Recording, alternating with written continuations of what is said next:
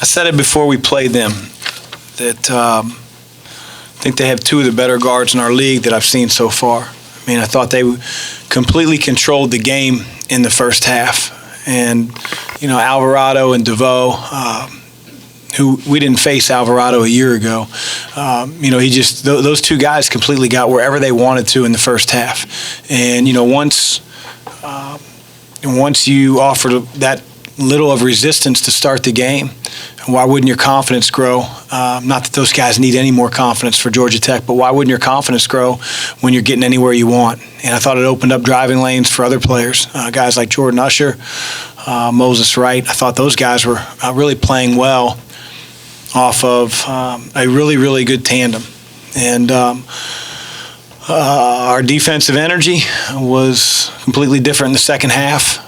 And you're going to ask me why, and I'm going to say I have no idea. And maybe it's because everybody tells us for the last couple of days, hey, great game, man, you guys are good, man, that was awesome, all that crap. And, it's funny how success can change your mindset sometimes. And, man, at some point, I got to get some older guys resembling being older. And I say that with all due respect. I know that Georgia Tech has lost some close ones. They've been in every game. Had a ton of respect for their talent level, the stuff they run, the way they try to keep you off balance going man to zone. They've been in every game. They've won 3 road games out of 4. 3 out of 5 now, but we escaped by the skin of our teeth, and I think Georgia Tech had a lot to do with that. As a coach, have you been in a situation like this before, where, as you mentioned, you don't know why the effort was different in the second half?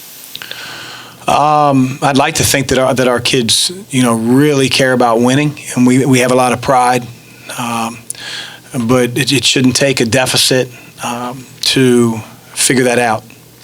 It shouldn't. I told our kids before the game, I have no idea what type of fight Georgia Tech's going to bring to the table. Maybe they mail it in. Maybe they come out and play the best game of the year. Maybe it's somewhere in between. But, what's our fight going to look like? And disappointed to say the least. Now, in the second half, I thought we turned it around. And, it's 18 to 22-year-old guys sometimes that, can drive you crazy. But we've got to be able to figure it out. When you did get the ship right, was it just a matter of effort and intensity, or were there other things defensively you were doing? And then another question you probably can answer, but what happened? You're up 11 and looked like you're going to cruise and couldn't score. I would tell you that did we make a few adjustments at halftime? Yeah, absolutely. But we do that every game.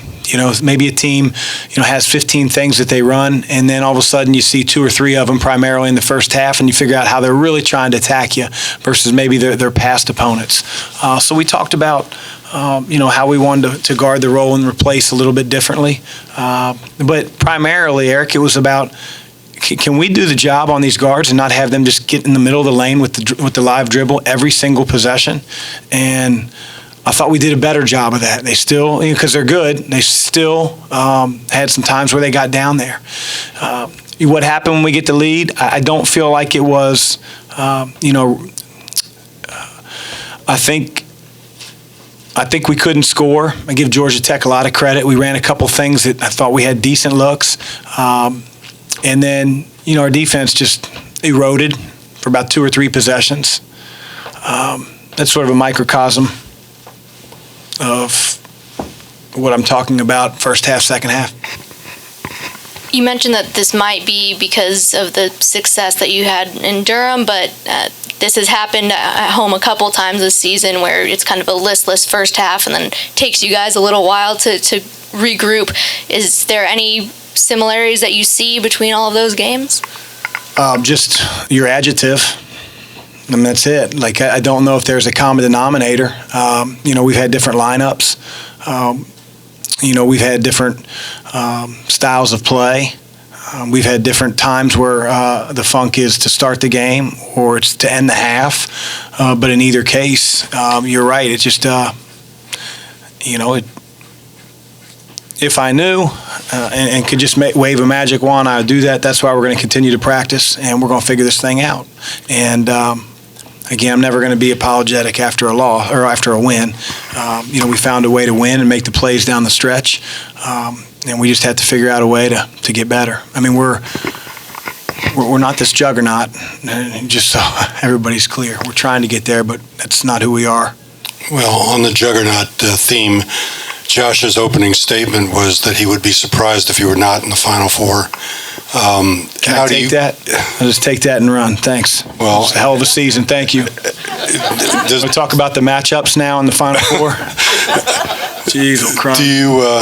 Do you classify that as the kind of crap that you got after the Duke game, and how do you receive that as a coach? Josh is, he's a really good dude. He gives credit to teams and coaches. I've played against him before. He gives credit to other teams and coaches when he wins, and when he loses, he's gracious. He understands that we all go through, ups and downs with our team, and he doesn't get up here and just talk about what his team didn't do. Both teams have scholarships, and so I got a lot of respect, and I really appreciate whatever the heck he said, because I know he's a genuinely good guy. So, having said that, I don't buy any of this stuff. Can you talk a little bit about Malik's play in the last 7 minutes? Had a lot of big plays, both scoring on the boards, everything. Yeah, he's just. I feel like a broken record. He's one of the best defensive players in the league. Made some big plays offensively. Made some big free throws, really big free throws. Defensively, his greatest attribute is his mind. He sees things develop. He certainly has great versatility. I could put him on a guard. We were switching ball screens at the end. They just didn't happen to use any. So he was never on Alvarado or DeVoe, but I think he would have done the job. So his versatility and his mind and his length and his toughness and desire just make him a terrific defender. And if we didn't have him, we wouldn't be a very good defensive team, or at least as good as we are. Chris, 14 of 23 from the line, but in the final minute, Malik did hit, I think, 5 big ones there in about the last minute or so. Yeah, you want to be that team that goes 100%, but I think our team has been there now in key moments where we need to try to make it a 2-possession game or seal a game with free throws, and we're trying to go up there and concentrate. And obviously Malik made a couple big ones at Cameron, and made some big ones tonight. So really happy for him. A guy like that deserves it. It seems like when teams go zone against you guys, it doesn't last very long. Josh talked about that a little bit.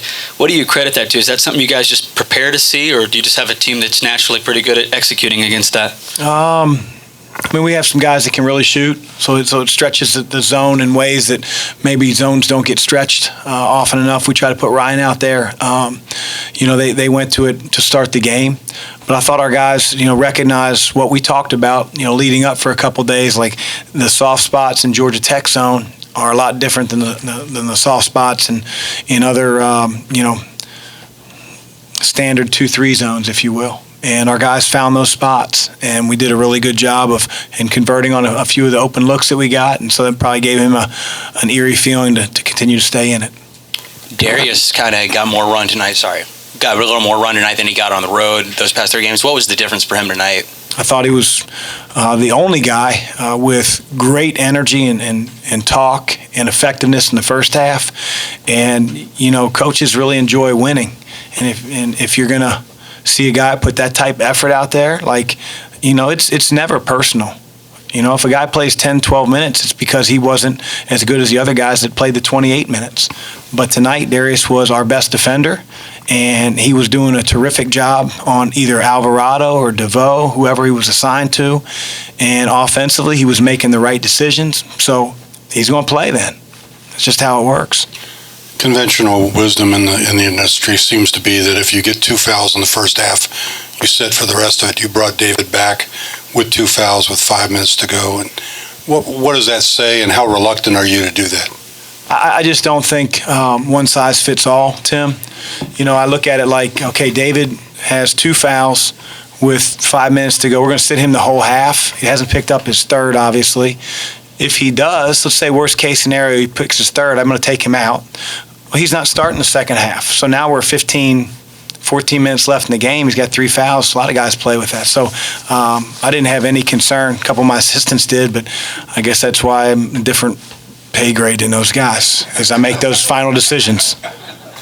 Coach, what'd you think of David's, I guess, response to the attention he got from his game on Saturday? And it at least seemed like he was on the floor when you guys closed that gap in the second half. Hey, he made some plays that I think you guys are starting to see, like what we've talked about as a coaching staff. But I don't know if you saw on the defensive end, he was a sieve like a few of the other guys, where guys went right around him. And again, David's a freshman. He's going up against sophomore and junior and guys that really can handle the ball and get to spots, and they've had ACC defenders on them. So those are those moments that David has to learn from and gain experience in. I thought Darius and Fresh in the second half were better on-ball defenders than David was. And David's going to come a long way and become a really good on-the-ball defender, but he's going to have moments where he can't keep a guy in front of him. And I can't afford to keep anybody on the floor if they continue to get blown by. So take the good with the bad, because there's a lot of good, and we've talked about that. So it's just part of him maturing and getting better and getting more experience. Thank you. I feel like, you want me to ask or not?